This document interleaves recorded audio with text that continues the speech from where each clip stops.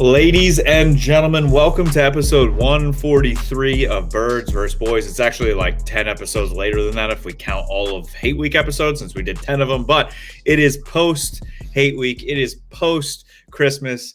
Aidan, Merry Christmas. I hope you enjoyed your Christmas Eve activities with the family, with the TV. I hope you enjoyed the beautiful, beautiful game that is football. And Merry Christmas to you, my friend. Die. Just die. It was beautiful. It was so good.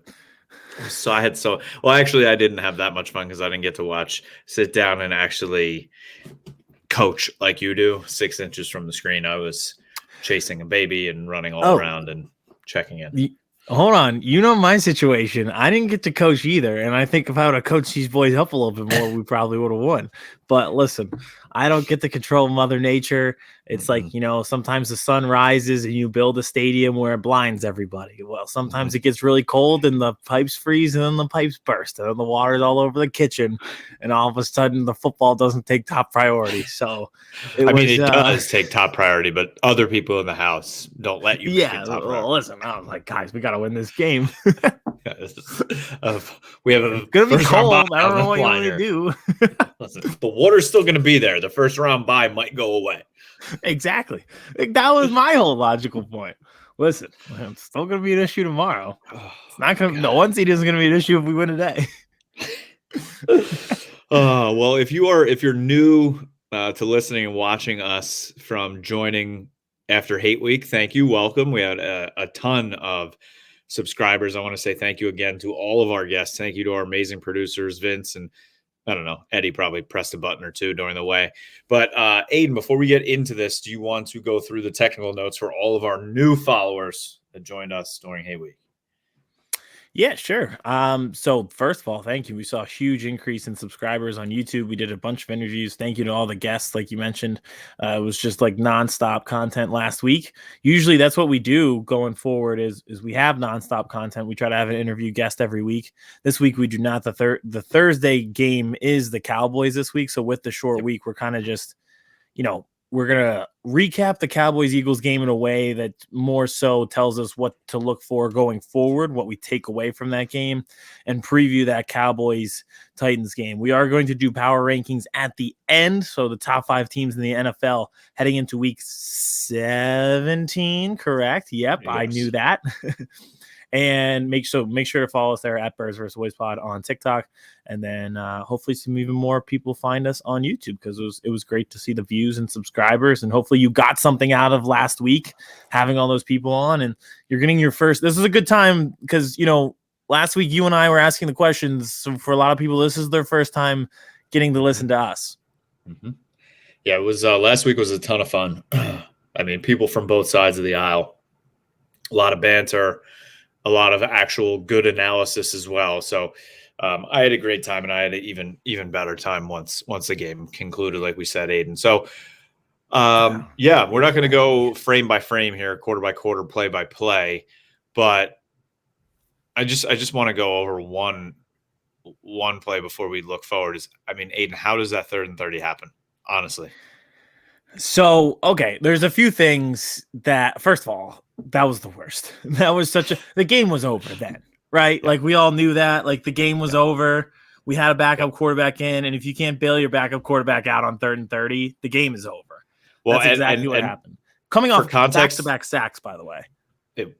And for context for me and for you, because this is just pretty hilariously funny, is I was upstairs. We were at my in-laws' house. I was feeding my baby her bottle. Good night. Time bottle, and I have the game on my phone on YouTube TV, so it's delayed. Downstairs is about 35 belligerent Eagle fans watching on regular cable ahead of me. So I hear like screaming and happiness, and then I see the sack, and then I'm like, God damn it. 3rd and 30, I have it on my phone, and I hear like, how the fuck do you like that? What the fuck? So I'm like getting giddy. I'm like, woo, something happened. And then like the play happened, and I like jumped, and my baby's like, I'm like, oh, I'm sorry, I apologize. So that was I can't believe that happened. I cannot believe it either. To answer your question, how it happened in the moment, I don't know. Based on the quotes after the game, it seemed like somebody was supposed to take over the top. They didn't do it. It was probably Josiah Scott, based on Darius Slay saying everybody needs to do their job, which leads me to believe that it wasn't his job to continue with T.Y. Hilton. And then all of a sudden you end up in that situation. But that kind of goes to my overarching. I have like two overarching Eagles points. We'll hit the first one. We did a show. I believe it was before we played the Titans, where I was like, just be healthy. If you're healthy, this team will win a Super Bowl, or at least make it to a Super Bowl and compete for a Super Bowl if they're healthy. Well, they're not. And you can see just like where the cracks come into the armor when guys start to get hurt. So Avonte Maddox played out of his mind in that first quarter, and it was awesome. And then you replace him with Josiah Scott, and credit to the Cowboys coaching staff, because we don't give them a lot of credit, and they're not specifically good at attention to detail, but they started putting CeeDee Lamb in the slot against Josiah Scott, and you could just see it fall apart in real time. So and on that 3rd and 30 play, I believe it was Josiah Scott's fault. If it wasn't him, it was probably Reed Blankenship, your backup safety. So all of a sudden, it's just like you see where the health comes into play.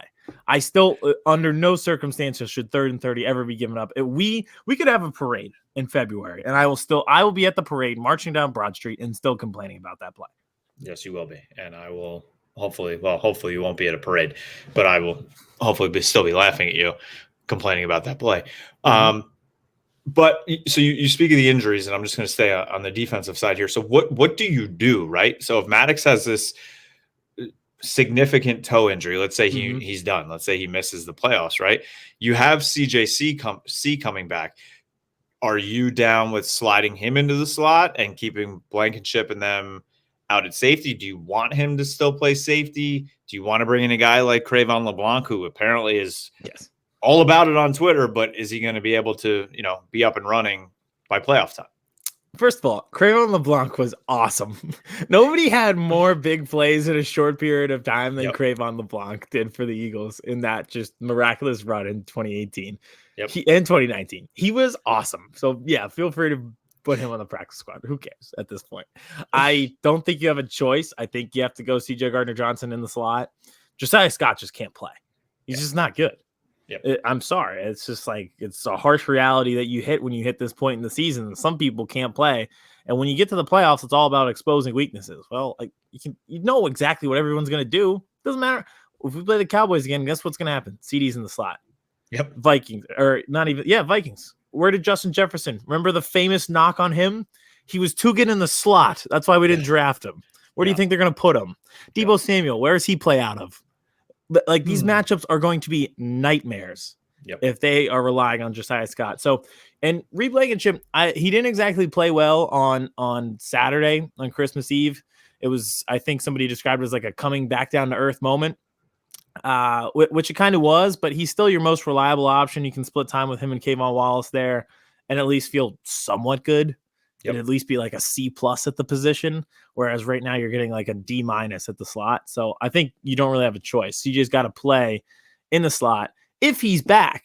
Like he lacerated a kidney. He didn't sprain like a thumb. This isn't like a guarantee that he's back on Sunday against the Saints, as much as I'm sure he'd like to be. And it's interesting, right? I don't, maybe you follow it closer than I do, but I feel like I haven't really heard much. I just know that he can come off IR this week, but have you heard much? Like he's ready to go, he's practicing, he's walked through like anything? That's the scariest thing when you don't hear anything. He said they're still doing tests on his kidneys. If someone's doing tests on your internal organs, do you sound close to be playing a violent game of football where you run full speed into one another? Because that doesn't sound like you're too ready to me. And his game is pretty violent, the way he plays. That's how he got hurt in the first place. That's so we'll see. We'll see what happens there. I mean, that's injuries. Injuries are an issue. So and honestly, I had this conversation actually with my dad. I'm here at the parents' house for Christmas. You can make the case, Lane Johnson, aside from Hurts, and maybe it's as crazy as it say, maybe even more than Hurts. If you could not lose one person, it would be Lane Johnson. Mm-hmm. Like it's the worst person that you could lose. It's worse than losing A.J. Brown. It's worse than losing Dallas Goedert, Devontae Smith, all these guys. It's the worst person possible for you to lose. He's gone. And again, it's not good. I don't know how quickly he's going to come back from this. I know they say abdominal injury. That always, to my brain, makes me think sports hernia. And didn't he not have an abdominal injury in the Bears game? Didn't he come out and go back in? He did. I forgot about that. You're right. And it was like no big deal. He had an abdominal injury and he left. Oh, wow. We just cracked the case, I think. Remember he left that game early and they're like, oh, he's fine, but he stayed out of the game, but it was an abdominal injury. Yep. And now he's right back. Do you think like that tendon was not doing well and then it fully tore? That's what I've been thinking.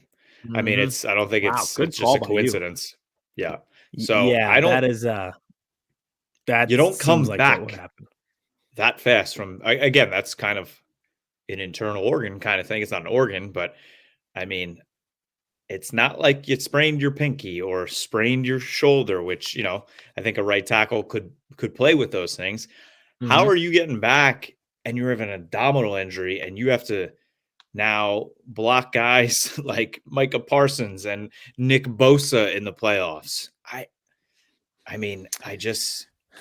It's scary for you. I can't believe that the people who had the hot take that the Eagles should rest their starters on Christmas Eve actually turned out to be right. Think about it. We went 110% full effort in terms of intensity, emotions, down to the wire, huge game, put everything into it. You lost two important starters to significant injuries, including Lane Johnson, who's probably your second most important starter behind your MVP quarterback. And now they're gone. You could have it actually would have been better if you rested them. Those people might have been right.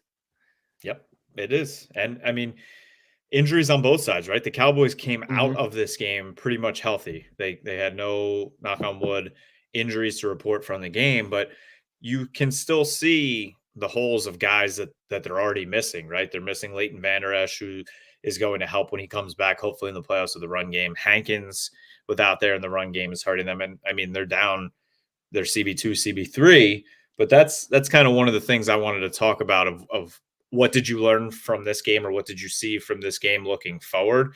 And for me, one of those points is that Cowboys CB2 position, right? All we've been talking about is Kelvin Joseph, right? You and I talked about it. I've cried about it. We've had therapy sessions about it. We talked to Kyle Yeomans about it. Like, what do we do, right? We've had all the different options. And it seemed in this game, Nahshon Wright, who was their pick from 2 years ago, taken much higher than people expected, kind of stepped up in this game, right? He led the team in tackles. He had 8. Obviously, the two number one wide receivers in A.J. Brown and Devontae Smith, both over 100. Devontae had 2 touchdowns. I mean, Diggs did not have his best performance at all. Yes, he was sick, but again, I think it was second play of the game. I mean, he bit hard, and A.J. Brown, I thought A.J. Brown severely sprained his ankle on that play too. I thought so too. The way he got tackled and his foot went out from under him. It's almost like all the players saying that they should have grass. Maybe they should listen to them. Maybe they should. But I was very happy the way Nahshon Wright stepped up in this game against arguably the best wide receiving core in the National Football League, getting pretty much his first start in the NFL. He hasn't really played that much. We haven't seen him since the preseason. Then he kind of got hurt. So I'm intrigued now. I wouldn't say I'm impressed. I wouldn't say I'm excited. I'm intrigued. He's got length. He's got speed. He's got ball skills. Let's see what he can do against the Titans, who I don't want to say don't really have receivers because then they're going to, shred them. But that's one thing I've been worried about. Yeah. You already played the Titans' best receiver last week. True. That's true. So we'll see. I'm intrigued.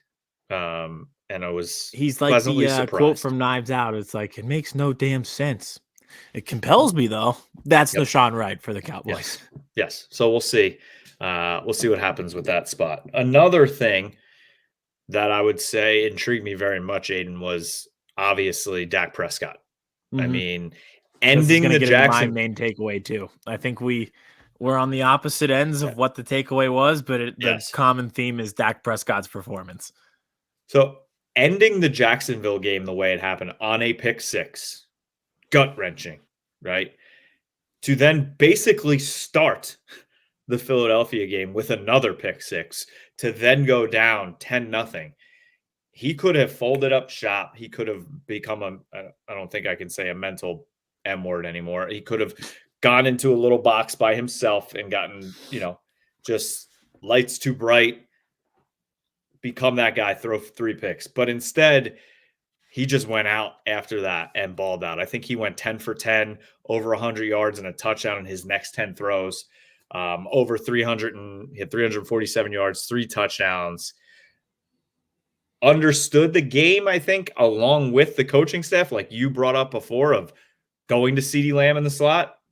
I've seen people complain that, they force feeding CeeDee. Well, in that situation, why not? He had 120 yards, 2 touchdowns. If your playmakers on a guy like Scott in the slot and you just keep seeing that he can't stop him, why would you go anywhere else until they do stop him, right? And especially, go. I think Greg Olsen even said that. He was like, I know you want to establish the run, but why? Like, you have a clear advantage, just take it. And they ended up doing that for most of the second half. And they couldn't establish the run. Pollard and Zeke were basically a null and void for rushing the ball. I know Pollard had 6 catches for 60 yards, so he was effective in the pass game. But you're right. I mean, people have been asking, can Dak put it on his shoulders and go out and win? And I think this was clearly his best game of the season and one of his best performances of his career when it's not the playoff lights, but besides the playoff lights, I don't think the lights of a regular season game can get much brighter unless it was fully the division on the line. But beyond that or the playoffs, I don't think the lights could have been brighter. I was trying to find the rushing yards for the game because it would put into perspective just how remarkable it was. The terrible third down performance that the Eagles had to constantly have these guys in 2nd and 11s and still not get off the field. I do think it was one of the more impressive performances from Dak Prescott of his career. And you're right. I think the numbers are going to come back. We talked about this with Kyle Yeomans, but this will probably be the most viewed regular season NFL game of all time. So in terms of that, the lights don't get brighter in terms of the regular season. And I think they needed it. Going forward, they needed to see that, considering how things were going. Yes, they beat the Texans. Okay. That it wasn't impressive. And then the loss to the Jaguars, and you're like, something's wrong. Now this team is kind of almost dead in the 5 seed, not quite after winning. And you're like, all right, so we're just going to fall backwards into the playoffs. Like, how does that inspire anybody? Well, now you come out and you have one of the most inspiring performances that you could possibly have. Yep. And another thing from Dak, so Zeke had 16 carries for 55 yards and Pollard had 9 carries for 19 yards. But speaking of rushing, and something that impressed me and I was happy about was Dak 9 Prescott. for 19, Kevin. Yeah. And we lost. 2.1 an average from Tony Pollard, who's a Pro Bowler. And they lost. The Cowboys averaged 3.7 a rush total. And we gave up 40 points. Just name a fun fact from that game, and it's not so fun because it just puts into perspective how crazy it is that we lost. Dak Prescott running for 6 for 41. We talk? I forget. This. Sorry to whatever guest it was. We did do 10 interviews last week, but we talked about that with somebody that since his ankle injury, he just really hasn't been the same mobility wise, and it takes away from extending the plays and stuff like that. And there were a few times where we lost contain, and it was almost like we were surprised that he was taken off. Yep. I was very happy with that. Another fun fact is the Eagles didn't punt in this game. No. It was either a score or a turnover. And the Cowboys had 1 punt. I'll tell you what, it was an entertaining game. It was. We were on the wrong side of the outcome. Like, I would have rather just been like, all right, we didn't match up. It wasn't our day. Like, we lost 40-20 and we had our backup quarterback in. That was not the case. Like, this was a highly entertaining football game. So Cowboys were 8 of 15 on third downs. Mm-hmm. 1 for 1 on fourth downs. Mm-hmm. Eagles were 8 of 14 on third downs, 2 of 3 on third downs. Cowboys had 18 passing first downs. Eagles had 19. Cowboys still had 6 rushing first downs. Eagles had 4. And the Eagles got 2 first downs on penalties. Cowboys had 1. Well, you know what one that was. And I mean, it's amazing how, like, just Eagles 69 total plays, Cowboys 72. Eagles total yards 442, Cowboys 419. Eagles total drives 10, Cowboys total drives 12. I mean, Eagles yards per play 6.4, Cowboys 5.8. It's like everything. It's one of the coin flip games. That's why losing a coin flip game is the worst feeling in the world, because it's like one different play. And obviously the one you point to is 3rd and 30, but you think about it, like the running backs fumbled twice. And then even at the that end, J-Ron Curse interception was just, I mean, it's unlucky things like that too. Like, what an unbelievably impressive interception that was. Yes, it was. Now I will say this. So, Gardner Minshew balled out, and I'm sad that we lost. We kind of knew that was coming, right? We knew that was coming. 100%. Besides, he was going to play his ass off. Yep. I was so just had the utmost confidence in him. Yep. But we see the difference between Gardner Minshew and Jalen Hurts now, right? Like Chris Sims. I don't know if you listen to our podcast, but you can tell now, right? Like the difference. One of them, aside from Hurts' ability to run, extend plays with his legs and stuff like that, she also throws a better ball. And I don't know if you noticed, but Mitch's ball kind of hangs up there for a little bit. And there were a lot of catches, like Dallas Goedert, that catch for 25 yards at the 50. That's just because he went up and beat his man one-on-one. And I was up there in traffic for a while. And on those interceptions, Quez Watkins needs to do a few wrist curls in the gym. There's a lot of great forearm exercises. Even if Kevin and I go to the gym all the time, even if you hold the weights, just like pinch them, like the 5 or 10 pounds, that'll help your forearms, buddy, because that would actually help a lot. Walk around all day like that. Sit in your meeting. And get those things that you squeeze. Just squeeze those all days, and you will do favors for yourself and for this team. Because I think one of the issues was Minshew's ball hangs up there a little longer, and you had a guy who didn't quite fight for the football. Not that he wasn't fighting, he just got outfought. And that probably doesn't happen with Hurts. It's hard to put that on Minshew, that his receiver didn't know like technical details and didn't come back to the ball. But that was just one of those things where it's like, yeah, like Minshew played his ass off, and at the same time, if Hurts plays, this probably is not a contest. And it's another thing. They're like, well, why are they targeting Quez Watkins so much? It's like, well, who do you think Minshew's more comfortable throwing the ball to? He probably doesn't throw to A.J. Brown and Devontae Smith a lot in practice. He probably throws to Quez Watkins quite a bit, you know? And that's exactly why we said Noah Brown had such a great start to the season when Cooper Rush was in. Exactly. Yep. It's like you're familiar with them. There's the rhythm to it. And also, guess who's playing in the slot? And when you don't have a strong arm, guess where you're going? The guy's in between the numbers, not outside of the numbers. So that's kind of why he got targeted so much. And it probably changes if Jalen Hurts is there. So again, getting him back, that's another reason I'm so upset that we lost. And all these people are like, oh, it doesn't matter. No, it matters to me. It's an emotionally scarring loss. But at the same time, it's like you see the value of getting Jalen Hurts back. 100%. And I think we've talked about this, whose system or Jalen Hurts. I think we saw both, right? It's still a very good team, but Jalen Hurts is still an MVP candidate. I think both of those things are true, and we saw both those things happen. I was about to say, in a way, it was like both things are true, and it proved like what I thought about this team is like, this is a great football team. They're still a very good football team if Gardner Minshew plays. Could they win a Super Bowl with him? No. Could they win a playoff game with him? Maybe, probably.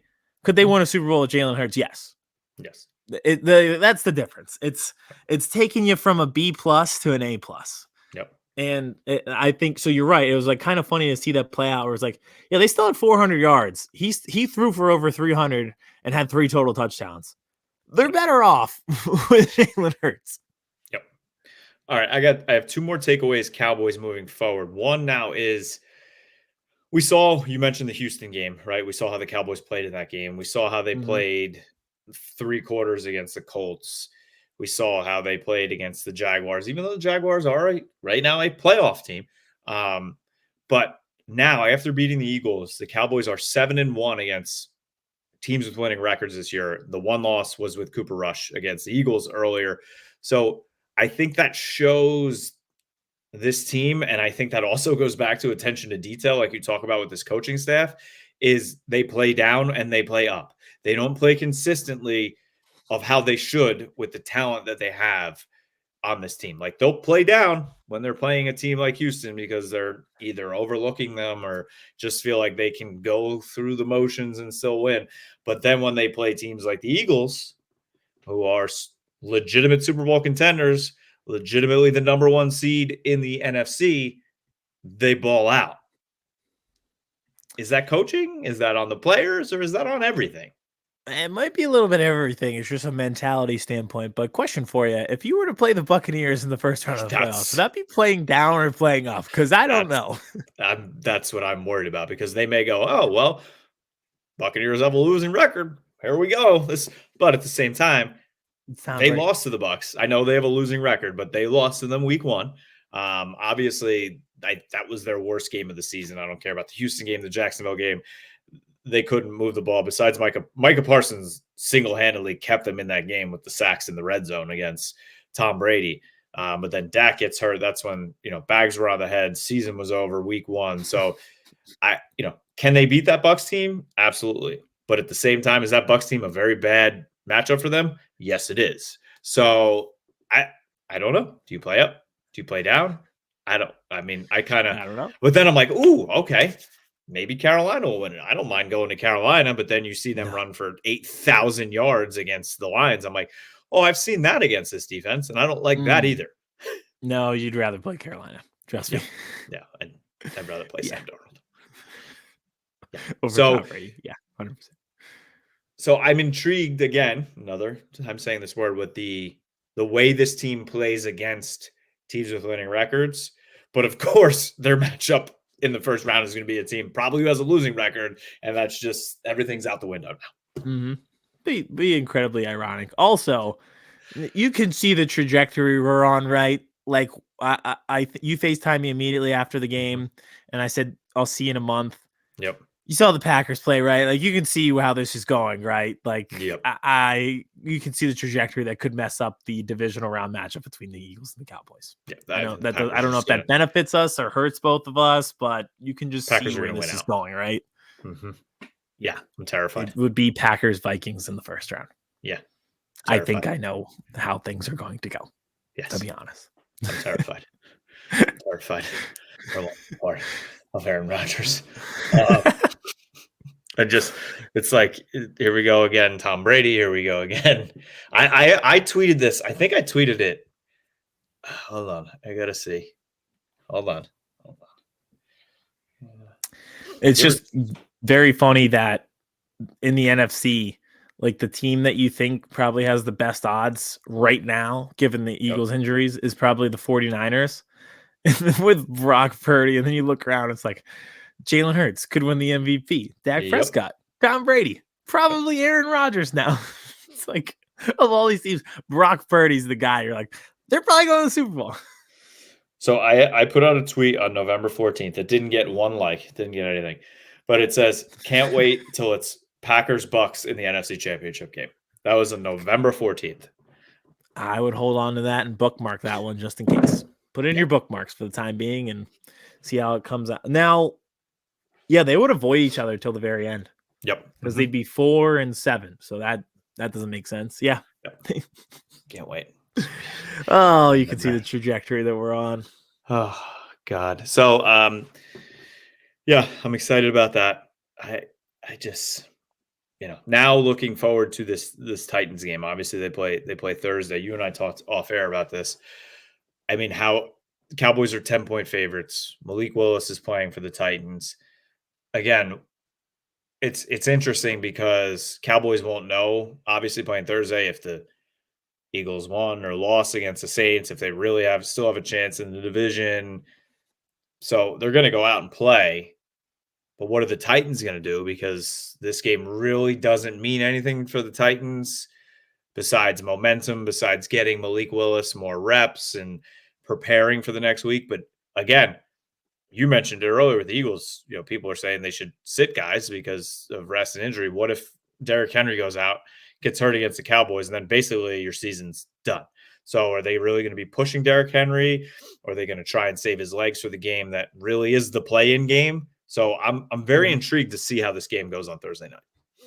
This is a very similar situation to what we talked about a few weeks ago when the Eagles played the Giants. And it's like, this is a look-ahead game, not for the Eagles, for the Giants, because the following week they played the Commanders, which was essentially a playoff game. Yep. The Giants did win that game. Nobody as a Giants fan is looking back now and saying, oh, we got absolutely shellacked against the Eagles. We gave up 48 at home against the Eagles. Oh, no. No, they're saying we beat the Commanders, and now we're the 6th seed, and we're a win away from clinching a playoff spot. That's what they're saying. The same goes for the Titans. It's like you could give up 48 to the Cowboys. You could lose, or you could win, and you could score 48. And guess what? None of that would matter by Friday morning because you would still have to beat the Jaguars the following Sunday. So it's very similar to the situation that the Giants were in with the Eagles just a few short weeks ago. And then for the Cowboys, it's like, what do I want them to do, right? Because I think obviously winning the division in the 1 seed is I mean, it's so minuscule with the possibilities, because I think even if Gardner Minshew plays, they beat the Saints this week. I think they go out, and if they lose the Saints, they're still going to win. There's other ways that the Eagles can still lose and go on to get the 1 seed with other teams' help. So, I mean, I don't want Cowboys injuries now, right? Micah Parsons has been beat up. DeMarcus Lawrence has been beat up. Tyron Smith just came back. He played the whole game. We know he gets hurt all the time. Your other Tyler Smith, your rookie, is he hitting somewhat of a rookie wall, even though he played really well again? I mean, what do you want to do? I don't know. And just thinking about the Eagles situation and just tying this all together, going back to the Giants, we play the 6-9 Saints on New Year's Day. For a multitude of reasons, it would be great to win. If you would like a new teammate next year who went to Alabama or Georgia, you should win this game. Also would lock up the 1 seed for you. Also would lock up the division for you. If by some chance you do lose, you look at the Giants. If they beat the Colts this week, they will clinch a playoff spot. They'll effectively be locked into the 6th seed, because the 7th seed, who's fighting for it? The Packers, who they have the tiebreaker over. The Commanders sitting in now. We just talked about that and how they beat the Commanders. So they probably wouldn't play their starters in week 18. So I still think get this done ASAP. There's enormous reasons, multitude of reasons for why beating the Saints is important and getting this done and helping yourself in a few ways. But you look at it down the road, and just in terms of the Cowboys possibly pulling us off, I don't know if in week 18 the Eagles will be playing a full strength Giants team as it is. Yep. And so question for you, let's say Hurts doesn't play this week. Shoulder's still not ready.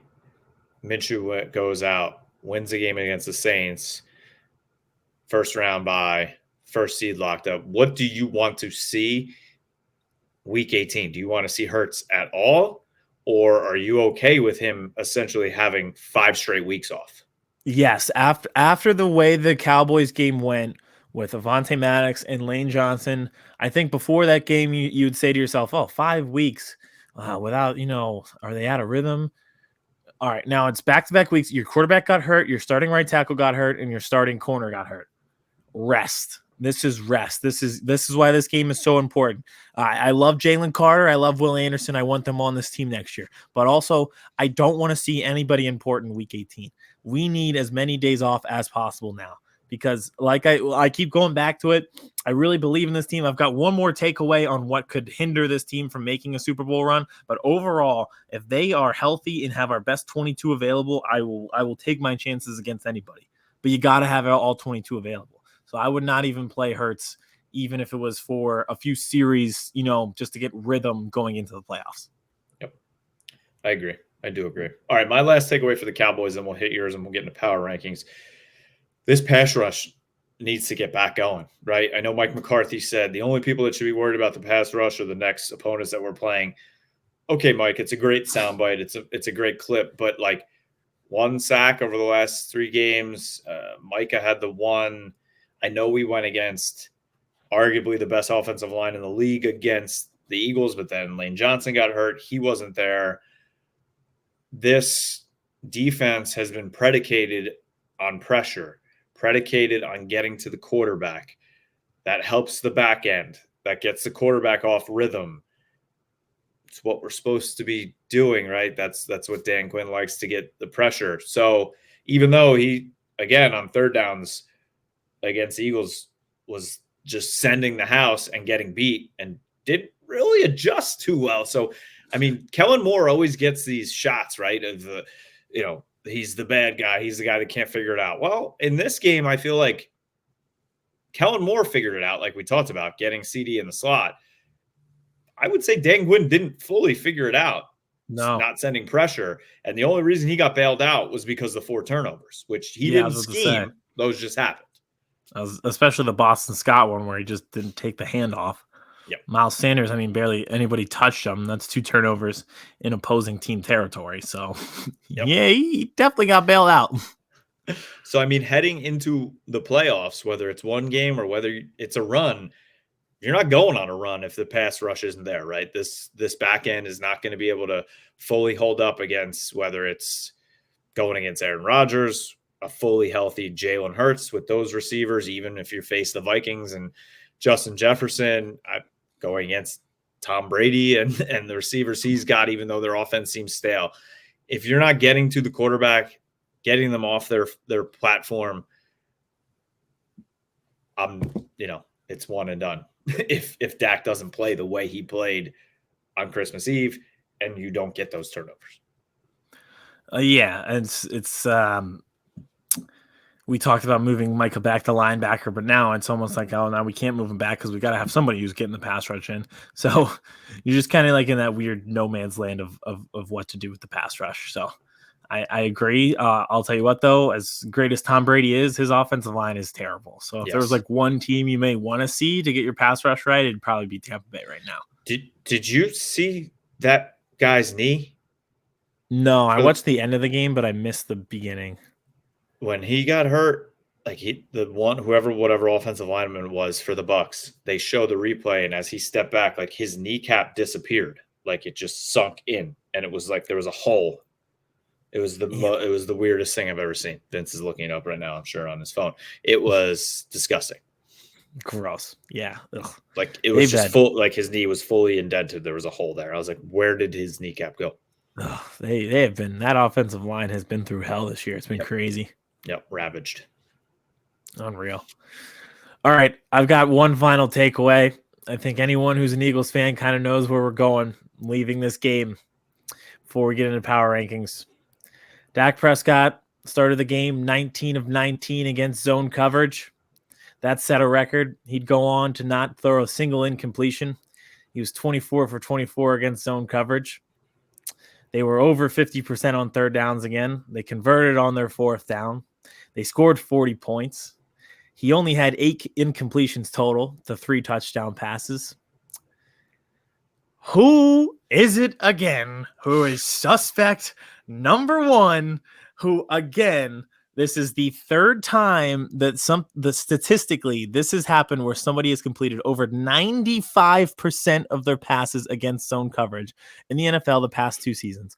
All 3 have come against the Eagles. It is the most reddest of red flags. It's when you watch the Weather Channel and you know how we get storms that are like, they're like orange or red over here, and when it's really bad. And then in the Midwest, where there's no mountains to block anything, things are purple when tornadoes come and dark red. That is where we should be at with these Jonathan Gannon stats, because nothing changes. He is the one person that can, aside from health, that can stop the Eagles from winning a Super Bowl. I can't take it anymore. I'm so glad the Broncos fired their coach. The Cardinals are going to fire their coach. Feel free. He is going to make you so unhappy. You are not going to enjoy yourselves. He'll probably be better than Nathaniel Hackett, but that's not saying much. No, that's going to be Dan Quinn's job if it's not Sean Payton's. I could see that. I know the Broncos owners are rich beyond belief. So and Dan Quinn already has a relationship with Russell Wilson. Jonathan Gannon did interview for the Broncos last year, but feel free, like, have them, take them. I can't do this anymore. And it's like this year they've been dramatically improved on defense, but it's one of the few times where, okay, when you're not given 7 Pro Bowl or Pro Bowl alternates on your defense, then you completely fall apart when you play an above average quarterback, which was like the entire issue last year. And you would think to yourself, if you want a guy who's a head coach, he would be bringing the best out of the players. Seems like the players bring the best out of him, and he just has a lot of talent around him this year. And the moment things went wrong and you had 2 secondary members out, it was right back to days of old, the PTSD of just death by a million cuts, where the quarterback is just carving you up, no incompletions, glorified 7-on-7 with no adjustments, and you just have to sit there and take it and watch it. It's like being in a boxing ring and having your arms tied behind your back. That's how they play defense. Well, I talked about you guys because this was so weird at work today. I go into the bathroom, there's only one guy in there, and he's using the mini urinal. And it's like, well, you're not doing it wrong, but you're also not doing it in the most efficient way possible. That's how Jonathan Gannon schemes defenses. Like, you're not doing it wrong. Like, zone defense, there's definitely you can play it that way, but you're not doing it in the most efficient way when everything else said the pass rush was getting there with man defense. He just makes everything 10 times more complicated than it needs to be by going with the simplest game plan possible that's easy to pick apart. Keep it simple, stupid. Keep it simple, stupid, and keep it simple in Arizona. See ya. Even if we win the Super Bowl, I hope you were gone.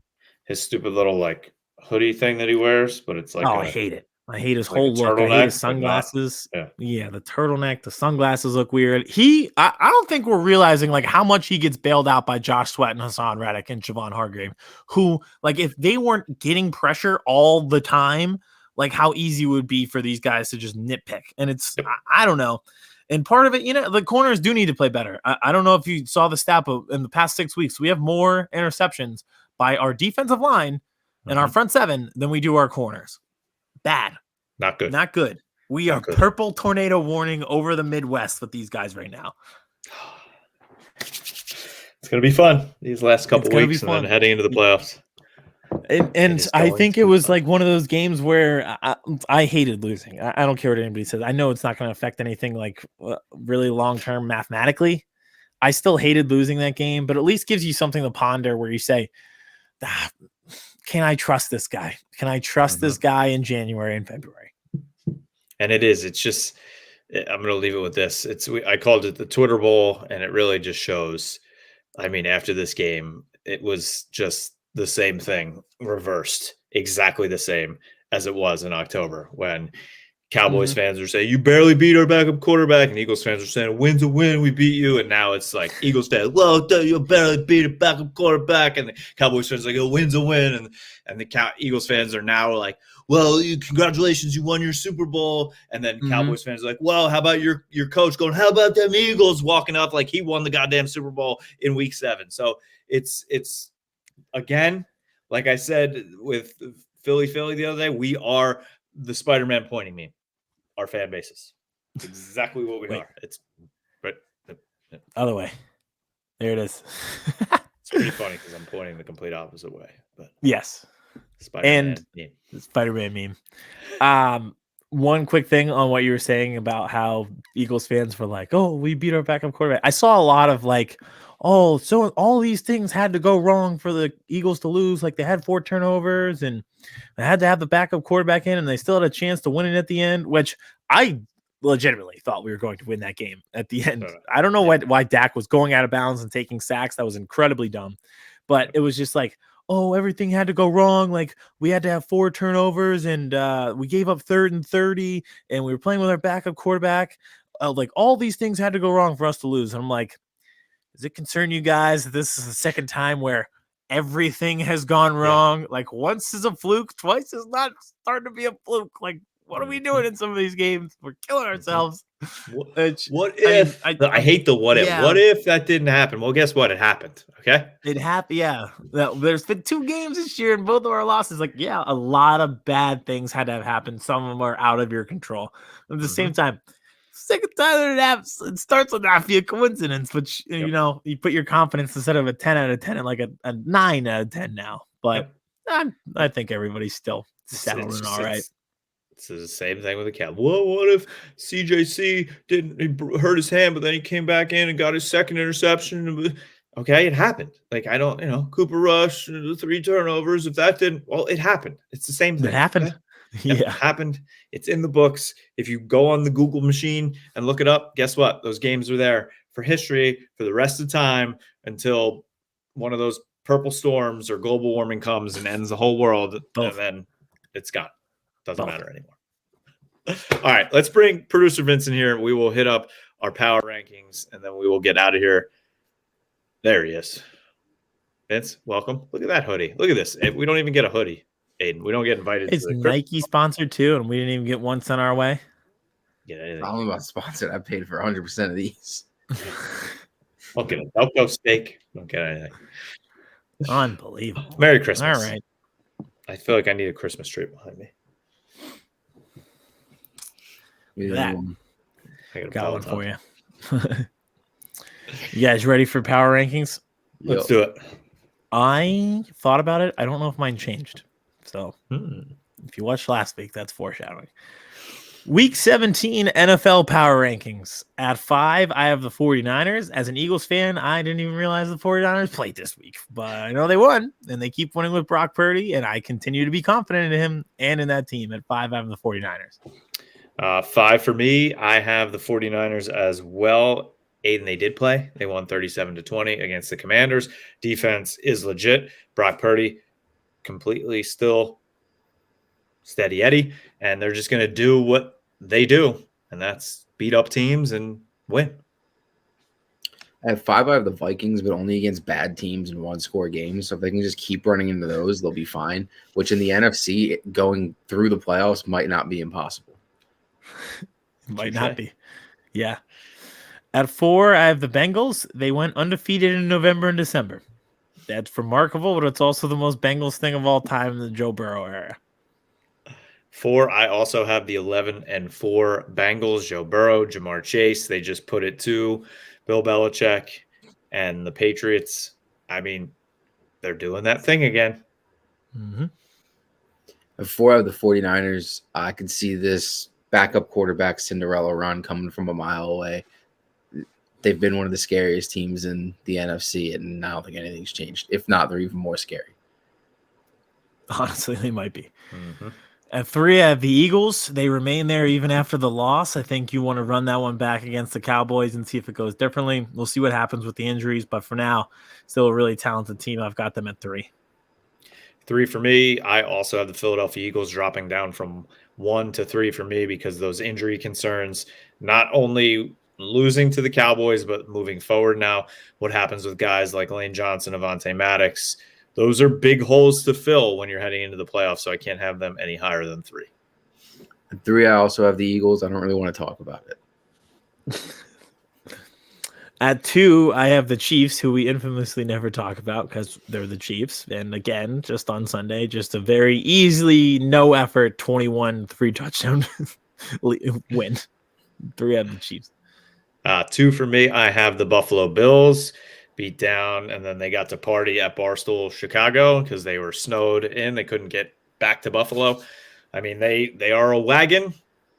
Bills and Josh Allen and that massive snowstorm blizzard that put 50 inches of snow down and another 12 inches today, which is insane to me. And the Buffalo Bills, no one's going to want to go there, I don't think, in January to play playoff football. No. Nobody should legally be allowed to go there. Right now, no one legally is allowed to go there. No one legally is allowed. You can't even use a highway to get there. At 2, I have the Chiefs. Chiefs. Yep. All right. At 1, I have the Bills. I do believe in their body of work. They had a pretty easy win against the Bears in the second half where they just pulled away, but also for the people of Buffalo, hopefully this is a pick-me-up because I don't think anything else went right for you this week. Just insane weather. And the least they could do is put your team at number 1 in the power rankings after that. 1 for me, it's the Kansas City Chiefs. I mean, I think besides betting a team the week after their coach was fired, it was the easiest bet of all time, betting the Chiefs in this game after the Seahawks had their shirts off in pregame. Easiest ever. Mahomes throws for another over 200 yards. Kelsey has another 100-yard game. They're now getting Kadarius Toney involved. His second touchdown of the season. He had 0 for the Giants, which is pretty hilarious. They are just a machine that is rolling and is going to keep rolling. And I think they are the one team that's not afraid to go into Buffalo in January in a playoff game. The shirts off in cold weather never works. There's one thing on record. So stupid. At 1, I have the Bills. Good football team playing in the cold. It's a scary situation to run into in the playoffs. Literally, the weather service says it's a scary situation to run into. All right, thank you, Vince. Power rankings, week 17 in the books. I think mine did say the same, right? I don't remember. I'll have to go look, but at this time of year, that kind of makes sense. All right, so you'll win by 50 tomorrow, correct?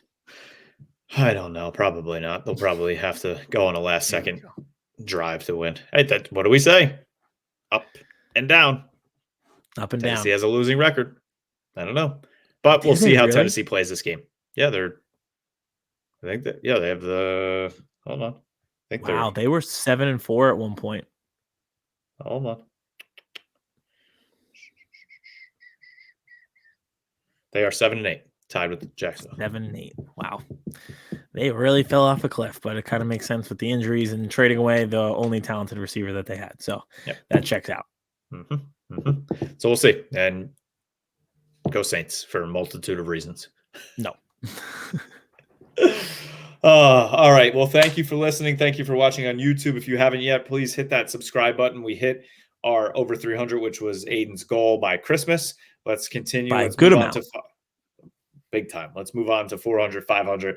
Let's get that K next to our subscribing number. That's what we're looking for. So tell your friends, tell your family. Birds vs. Boys is not just a football show for Cowboys fans, for Eagles fans, even though it seems like people on Twitter don't understand the Birds and the Boys thing sometimes. They're like, oh, you're only an Eagles. We are a football podcast for everybody. So enjoy it, listen to it, watch it, follow us on Twitter, follow us on TikTok. Especially now heading into the playoffs with both of these teams full head of steam heading into the playoffs. It's going to be nothing but fun. We appreciate it. Until next time, go Cowboys.